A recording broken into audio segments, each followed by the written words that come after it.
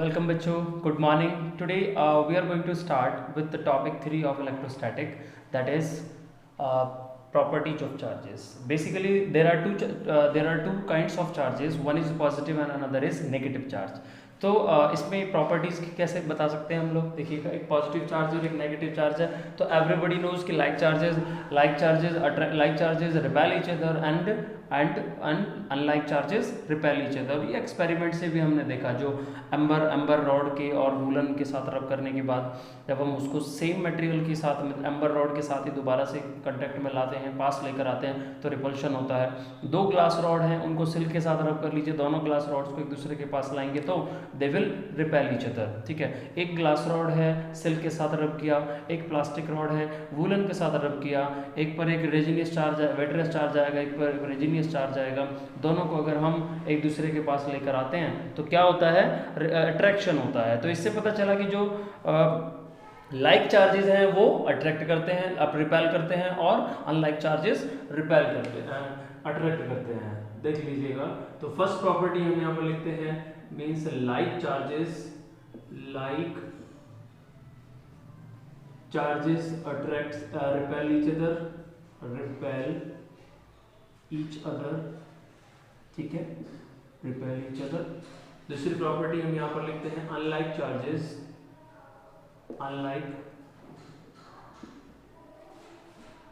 Attract each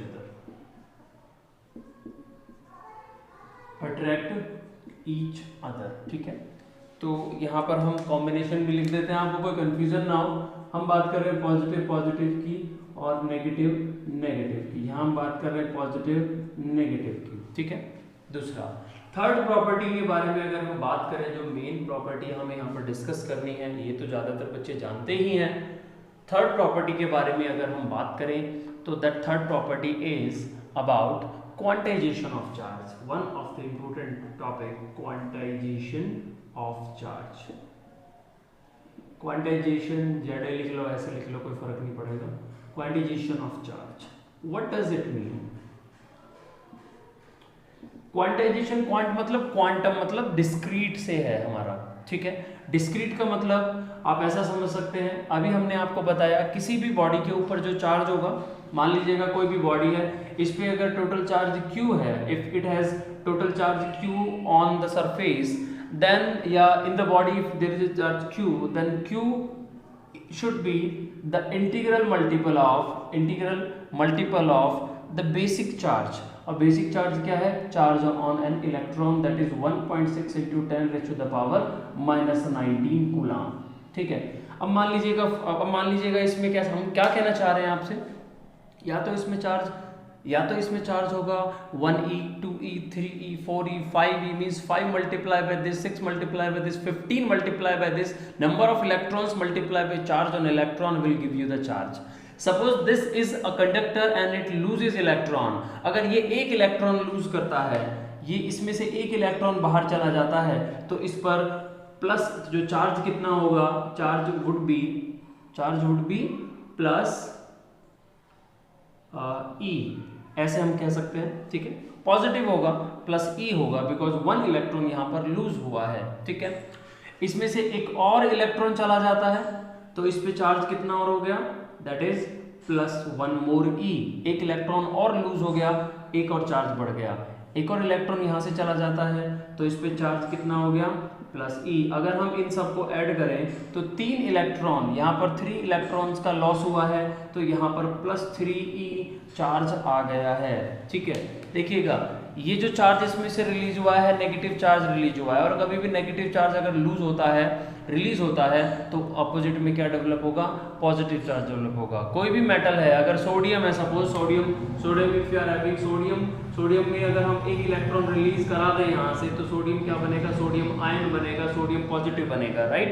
इसी तरीके से पोटेशियम क्या बनेगा बेटा, इलेक्ट्रॉन रिलीज करने के बाद क्या बनेगा, पोटेशियम पॉजिटिव बनेगा. मींस जो भी चार्ज क्रिएट होगा वो इधर लॉस ऑफ इलेक्ट्रॉन और आफ्टर गेनिंग इलेक्ट्रॉन. अगर इलेक्ट्रॉन गेन करता है तो नेगेटिव चार्ज आएगा, इलेक्ट्रॉन लूज करेगा तो पॉजिटिव चार्ज आएगा, लेकिन करेगा तो इलेक्ट्रॉन ही ना, मतलब इलेक्ट्रॉन का ही तो ट्रांसफर हो रहा है, इधर फ्रॉम और इधर टू.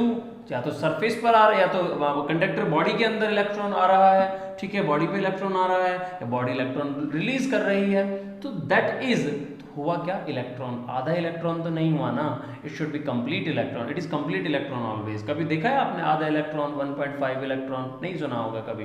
तो चार्ज जब भी होगा, ट्रांसफर ऑफ चार्ज होगा, जनरेशन ऑफ चार्ज होगा, एग्जिस्टेंस ऑफ चार्ज होगा, that will be N integral multiple of the charge on an electron.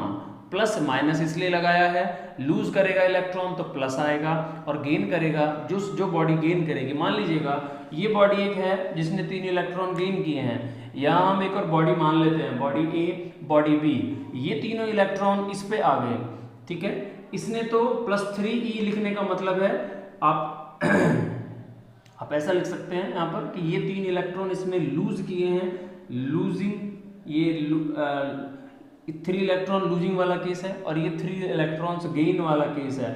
3 electron gains किए हैं इसने यहाँ पर, ठीक है, 3 इलेक्ट्रॉन गेन किए हैं, तो इस पर -3e चार्ज आ जाएगा, -3e +3e मैंने इसलिए लिखा है बिकॉज ये पॉजिटिव है, इसने रिलीज किया है, ये -3e आएगा इस पर चार्ज, तो -3 का मतलब है -3 × 1.6 × 10⁻⁻19 कूलम। इतना ही चार्ज इससे निकला है वो इस पे आ गया, तो ये -3e चार्ज हो गया, ये +3e चार्ज हो गया। सो क्वांटाइजेशन इज सिंपली, आप समझ लीजिएगा आप किस तरह से हम बात कर रहे हैं यहाँ पर। दोबारा से मैं बता देता हूँ आपको, एक ब्रीफिंग करते हैं। क्वांटाइजेशन का मतलब है the existence of the charge on a conductor on a substance must be plus minus N integral multiple of charge on an electron, ठीक है।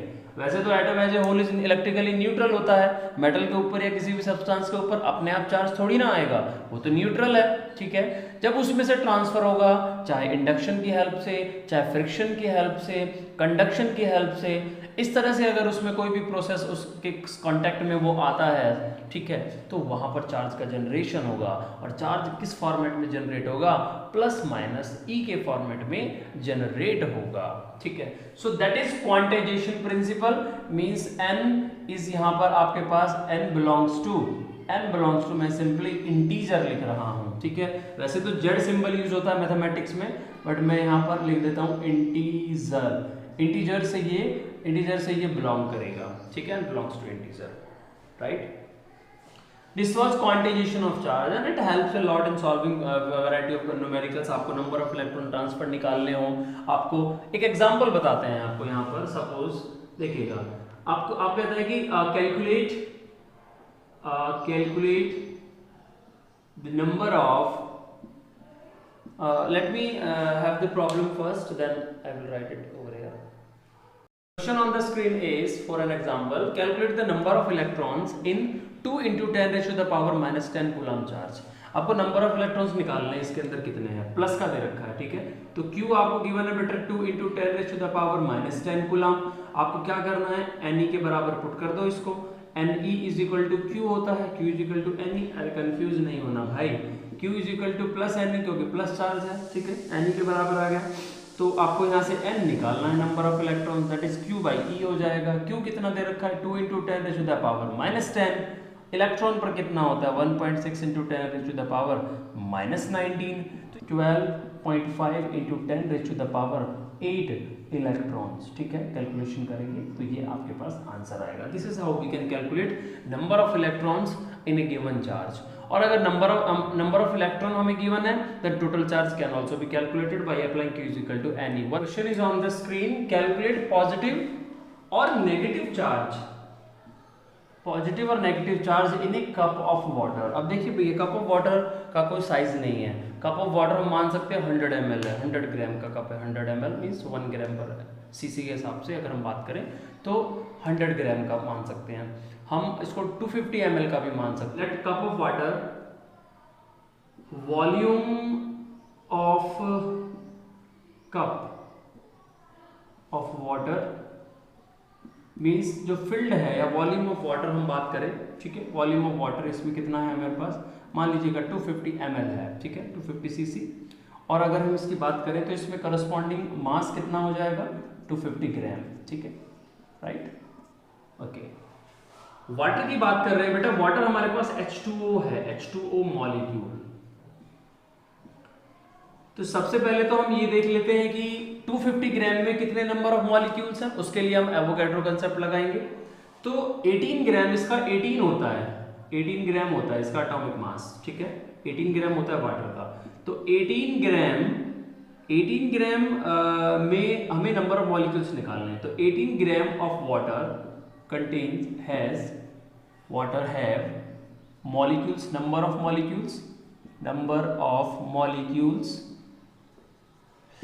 6.023 into 10 raised to the power minus 23, ठीक है, इतने नंबर ऑफ मॉलिक्यूल्स।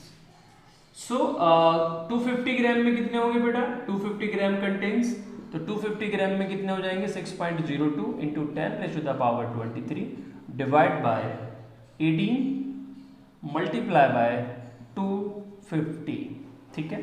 तो यहां से जब आप इसको सॉल्व करेंगे ना, तो ये आपके पास आएगा 8.36 into 10 raised to the power 24 molecules, ठीक है। This much of molecules are there in 250 ml, ठीक है, 250 ग्राम और 250 ml। नाउ वन मॉलिक्यूल, एक मॉलिक्यूल में इलेक्ट्रॉन, भाई चार्ज निकालना है आपको, चार्ज के लिए नंबर ऑफ इलेक्ट्रॉन्स पता होने चाहिए हमें। वन मॉलिक्यूल के अंदर इलेक्ट्रॉन कितने हैं, अगर हम इसकी बात करें तो इसमें इलेक्ट्रॉन कितने हैं भाई, हाइड्रोजन के 2 इलेक्ट्रॉन और ऑक्सीजन का 8 इलेक्ट्रॉन, तो टोटल इलेक्ट्रॉन कितने हैं 10 electron. Means one molecule contains 10 electron and this number of molecule contains how much of electron, निकाल सकते हैं ना, तो लिखिएगा 8.36 into 10 raised to the power, ये total number of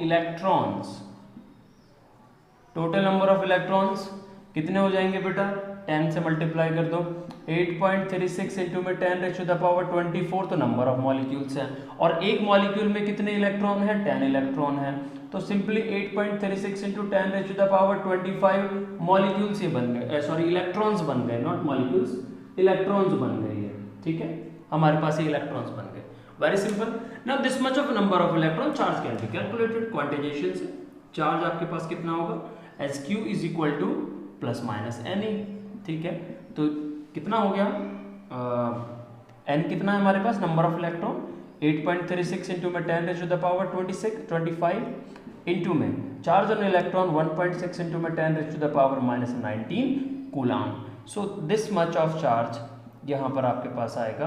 तो इसको जब आप सॉल्व करेंगे आफ्टर मल्टीप्लीकेशन, तो ये आएगा 1.33 into 10 raise to the power 7 coulomb. This much of charge a cup of water has. और ये चार्ज पॉजिटिव होगा, ये नेगेटिव होगा, हम दोनों तरह से कह सकते हैं। अगर प्रोटॉन की बात करें तो पॉजिटिव होगा और इलेक्ट्रॉन की बात करें तो ये नेगेटिव होगा, ठीक है। तो ये this is the charge on 250 ml। 250 ml की जगह 250 cc की जगह अगर हम ले लेते यहाँ पर 100 ml ले लेते तो उसके हिसाब से टर्म आ जाएगा, 1000 ml ले ले तो उसके हिसाब से टर्म आएगा। बेसिकली हमें कप ऑफ वाटर दे रखा है तो उसमें हमें ये नहीं बता रखा वो कप कितने का साइज क्या है, ठीक है। That's why we have generally taken 250। तो आप ये कोई भी वैल्यू ले सकते हो और उसी के अकॉर्डिंग आंसर भी वेरी करेगा। This is the quantization principle that we have studied. Now the next property of charge is, देखिए अभी तक हमने स्टडी कर लिया like charges repel each other, unlike charges attract each other, and the third property we have studied is the quantization of charge। quantization of charge में हम यहाँ पर लिख देते हैं Q is equal to plus minus NE, ये हमारा quantisation principal होता है, ठीक है। उसके बाद फोर्थ प्रॉपर्टी की बात करें दैट इज एडिटिविटी। एडिटिविटी का मतलब है कि अगर कोई भी एक प्लेट है, कोई भी सरफेस है, स्फीयर है, उसकी सरफेस पर डिफरेंट पॉइंट्स पर अलग अलग चार्जेस है। मान लो यहाँ 3Q चार्ज है, मान लीजिएगा यहाँ पर प्लस 2Q चार्ज है, ठीक है। इस पॉइंट पर चार्ज माइनस का 4Q है। तो व्हाट एडिटिविटी सेज कि अलजेब्रिक एडिशन आपको करना है, इसका चार्जेस का अलजेब्रिक एडिशन करना है। तो टोटल चार्ज Q क्या होगा, Q1 plus Q2 plus Q3, सभी चार्जेस को हम ऐड कर देंगे, Q1 plus Q2 plus Q3 and with their signs add करेंगे, that is 3Q plus 2Q and minus 4Q, ठीक है। तो ये बनेगा 5 एंड दैट इज Q। तो टोटल चार्ज कितना बनेगा, Q के बराबर बचेगा, ठीक है।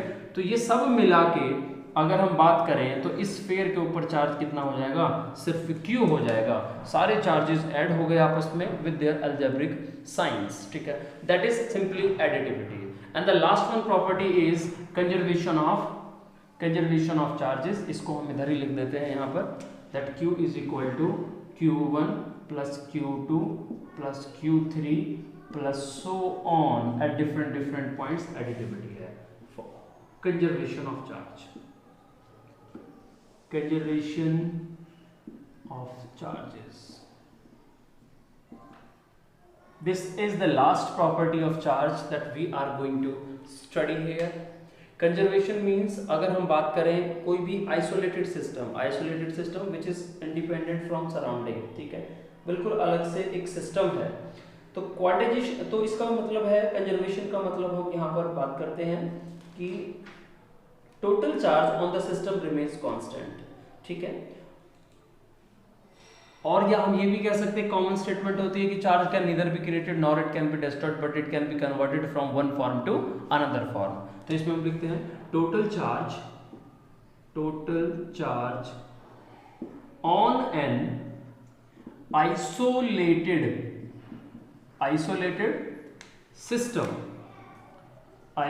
सिस्टम इज कांस्टेंट, ठीक है। कैसे समझे भाई, मान लो एक आइसोलेटेड सिस्टम है, इसके अंदर दो ऑब्जेक्ट है हमारे पास, दो बॉडीज हैं, ठीक है। ये दो बॉडीज बाहर से इंडिपेंडेंट है, ये पूरा का पूरा सिस्टम बाहर से इंडिपेंडेंट है, कोई कुछ नहीं कर सकता इनका।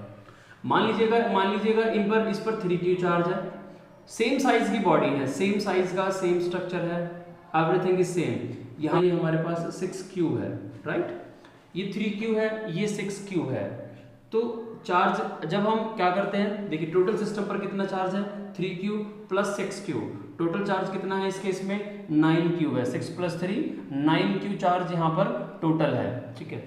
हम क्या करते हैं, इस सिस्टम के अंदर, आइसोलेटेड सिस्टम के अंदर इन दोनों बॉडीज को हम टच में ले आते हैं, एक दूसरे के कांटेक्ट में ले आते हैं। तो अब कितना चार्ज होगा, टोटल चार्ज बेसिकली अब कांटेक्ट में लाने पर भी टोटल चार्ज तो कांस्टेंट रहेगा, भाई ये 3 है, ये 6 है। तो टोटल चार्ज सिस्टम के ऊपर अब भी कितना होगा, इन दोनों सिस्टम को अगर हम मिलाएं तो टोटल चार्ज कितना होगा, 9Q होगा, ठीक है। तो in every situation total charge remains constant. Charge can neither be created, charge can neither be destroyed, but it can be transferred from one object to another object, one form to another, one substance to another substance, ठीक है। तो +3E अगर कहीं जाता है तो -3E वहाँ पहुँचाएगा, और +3E यहाँ पर, मतलब 3 इलेक्ट्रॉन्स अगर रिलीज होते हैं तो +3 जनरेट होगा, तो -3 वहाँ पर जाएगा। तो इस तरह से हम कहते हैं charge is conserved, total charge on an isolated system remains constant. So this is all about the properties of the charges that we have studied.